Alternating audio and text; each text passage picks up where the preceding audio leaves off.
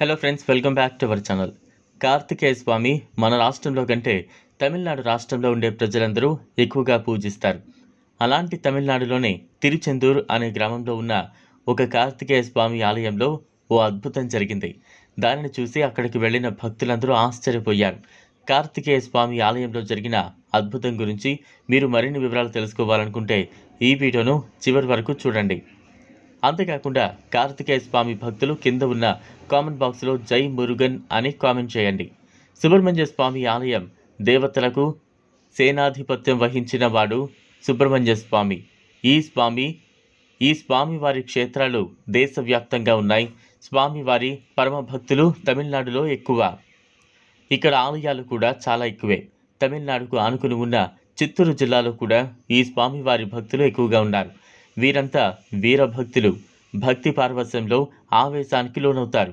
వీపుకు శూలాలు లేదా కొక్కేలు గుచ్చుకుని ఆడడం, 2 దవడలలో ఇనుప చువ్వలను గుచ్చుకుని ఆడడం, అలాగే బయటకు చాపిన నాలుక మధ్యలో సన్నని శూలం గుచ్చుకుని నాట్యం చేయడం మొదలగు కార్యక్రమాలు వారి భక్తి పార్వశ్యానికి మచ్చు తునకలు.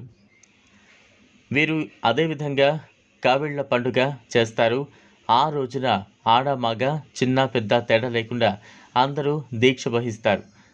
అది ఇప్పటి అయ్యప్ప దీక్ష వంటిది. ఆ రోజు అందరూ పసుపు బట్టలు ధరించి, నుదుటిన విభూతి ధరించి, మధ్యలో గంధం పొట్టు పెట్టి, కావిడిని భుజాన వేసుకుని హరోం హర అంటూ సుబ్రహ్మణ్య స్వామి ఆలయానికి వెళుతారు. ఎక్కువగా కాలినడకన వెళతారు. కావిడి అంటే ఒక కర్రకు 2 కొసలందు దారాలతో చిన్నన్ని వెదురు బుట్టలను కట్టి, బుట్టలో పూజా ద్రవ్యాలు, నిమ్మకాయలు వేస్తారు.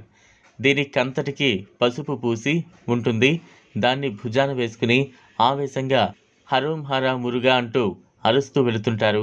దీన్నే కావిళ్ల పండుగ అని క్లుప్తంగా అంటారు. సుమారు 4 దశాబ్దాల క్రితం ఈ భక్తుల హడావిడి చాలా ఎక్కువగా ఉండేది. ఆ రోజుల్లో అయ్యప్ప భక్తులు తక్కువ. ఇప్పుడు అయ్యప్ప భక్తులు ఎక్కువయ్యారు. వీరి సంఖ్య తగ్గింది. తమిళనాట మాత్రం ఇంకా మంచి ఊపులోనే ఉంది. తమిళనాట 6 సుబ్రహ్మణ్య స్వామి క్షేత్రాలను చాలా పవిత్రమైనవిగా భావిస్తారు. వీటిని షట్ సుబ్రహ్మణ్యం క్షేత్రాలుగా పిలుస్తారు. అందులో ఒకటి తిరుప్పరకుండ్రం. ఈ క్షేత్రం మధురైకి సుమారు 10 కిలోమీటర్ల దూరంలో ఉంది.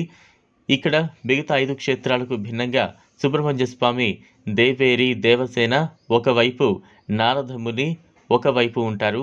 మరొక దేవాలయం తిరుచెందూర్. సాధారణంగా సుబ్రహ్మణ్య క్షేత్రాలు కొండలపైన ఉంటాయి.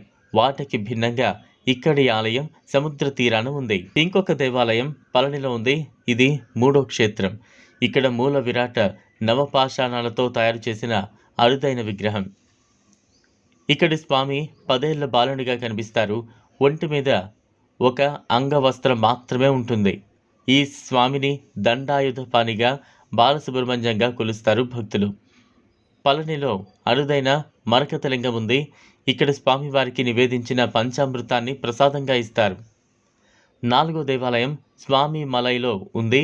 కుంభకోణానికి 6 కిలోమీటర్ల దూరంలో ఉంది ఈ క్షేత్రం. కార్తికేయుడు తన తండ్రి అయిన శివునికి ఓంకార ప్రాముఖ్యాన్ని బోధించడాన్ని భక్తుల నమ్మకం. అలా మహాశివుడికే గురువుగా బోధనలు చేసిన షణ్ముఖుణ్ణి ఇక్కడ స్వామినాథర్గా కొలుస్తారు. 5వ దేవాలయం తిరుత్తనిలో ఉంది. 6వ దేవాలయం పలముదిర్ చోళైలో ఉంది. ఈ క్షేత్రం మధురై పట్టణానికి ఉత్తరంగా సుమారు 20 కిలోమీటర్ల దూరంలో ఉంది. వృషభాద్రి అనే కొండపై అందమైన ప్రకృతి మధ్యన చిన్న ఆలయంలో కొలువై ఉన్నాడు స్వామి. ఈ కొండ పాద భాగంలో అలగారు కోవెల ఉంది. ఇది విష్ణుమూర్తి కొలువైన 108 క్షేత్రాలలో ఒకటి. కొండ మీద ఆలయంలో మురుగన్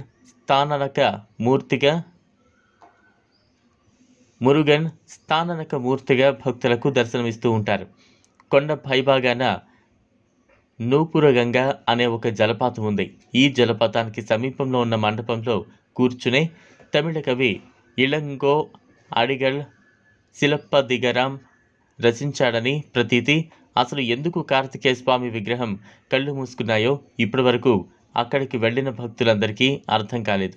మీరు కూడా ఎప్పుడైనా తిరుచెందూరు వెళితే ఈ కార్తికేయ స్వామిని దర్శించుకోవడానికి వెళ్ళండి. చూసారు కదా ఫ్రెండ్స్, ఇది వాళ్ళ వీడియో.